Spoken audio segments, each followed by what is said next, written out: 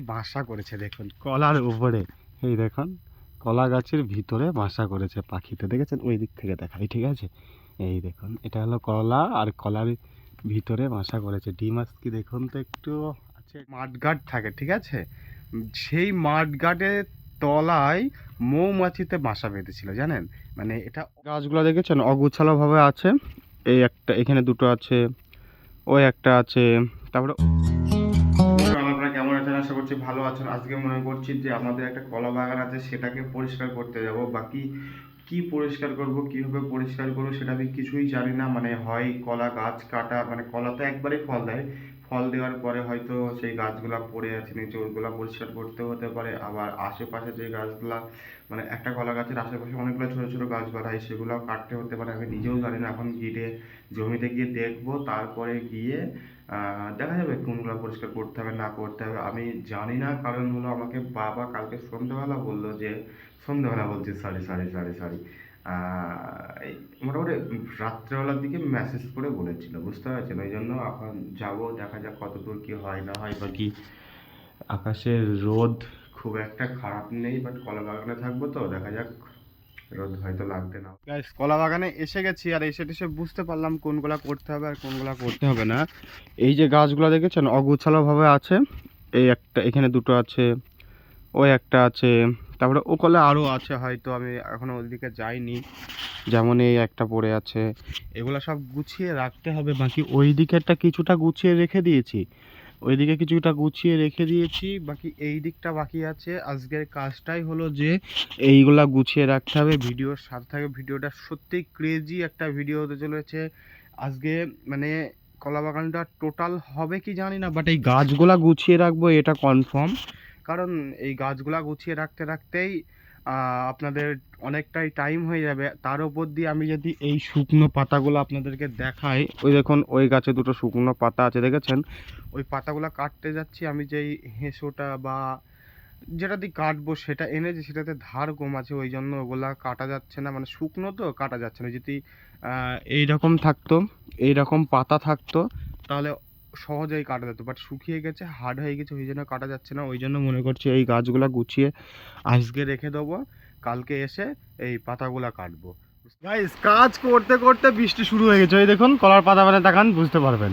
মানে লিটারালি কিছুক্ষণ এসেছে আমি, হয়তো আধা ঘন্টা থেকে 1 ঘন্টা হবে, বাট বৃষ্টি শুরু হয়ে গেছে। কীভাবে কাজ করব? তার উপর দিয়ে ফোনে আমার একটু প্রবলেম আছে, আপনারা জানেন যারা আমার আগের ভিডিও দেখেন। এই অবস্থাতে কীভাবে কাজ করব?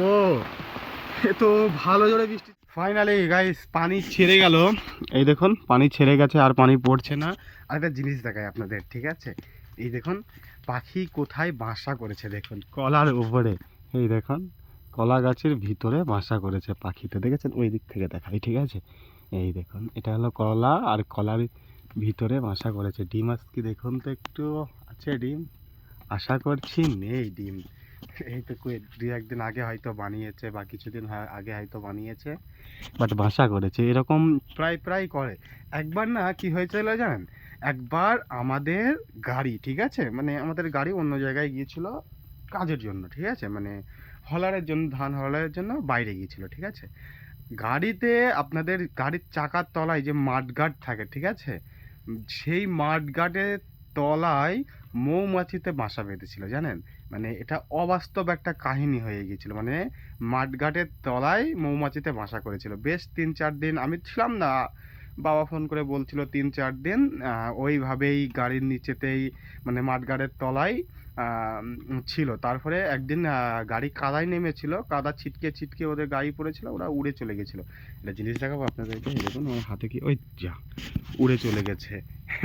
ওটাকে পিন পোকা বলে, মানে বেগুনের ভেতরে, তারপরে কলার ভেতরে পিন করে দেয়, দিয়ে ওখানে বাচ্চা বের, মানে যেখানে ফুটো করে সেখানে বাচ্চা দিয়ে দেয়, দিয়ে সেখানে বাচ্চা হয়ে যায়, সেই সবজিটা নষ্ট হয়ে যায়। ওটাকে পিন পোকা বলে। আমার হাতে এসে বসেছিল, বাট দেখানোর আগেই হয়তো উড়ে চলে গেছে। বাকি পানি ছেড়ে গেছে, কাজটা করে নিই, তা নাহলে আবার অনেকটা দেরি হয়ে যাবে। বাকি পানি ছাড়ার পরে এত মানে মানে রোদের পাওয়ারটা ধারণার বাইরে, যে হারে রোদ পড়ছে ধারণার বাইরে। পানি হয়ে গেছে, কলা বাগান জুত করে পরিষ্কার করা হচ্ছে না, বুঝতে পেরেছেন? ওই জন্য মনে করছি বাড়ি চলে যাব, ওখানে কটা ঘাস আছে আমাদের, ওখান থেকে কটা ঘাস নেবো, তারপরে বাড়ি চলে যাবো। তাহলে পানি হয়ে গেছে, জুত করে হচ্ছে না, এবার জুত করে না হলে তো হবে না।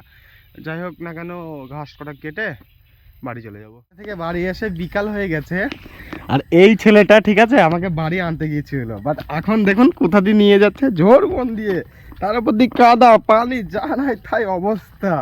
কোথায় যে নিয়ে যাচ্ছে আমি নিজেও বুঝতে পারছি না। কাদা হইলে কোথায় চলতি কাদা না, এগুলা কি? আমাদের ওই রাস্তা থেকে বেশি কাদা। এটাও ঠিক, মেনে নিতে হবে, কিন্তু ওটাতে যাওয়া অভ্যাস একটা জিনিস আলাদা। আর এখানে আসা হয় না, না প্রায় আসা হয় না, আর ওখানে সব সময় চলা বসা ওটা শোয়া ঘুমানো।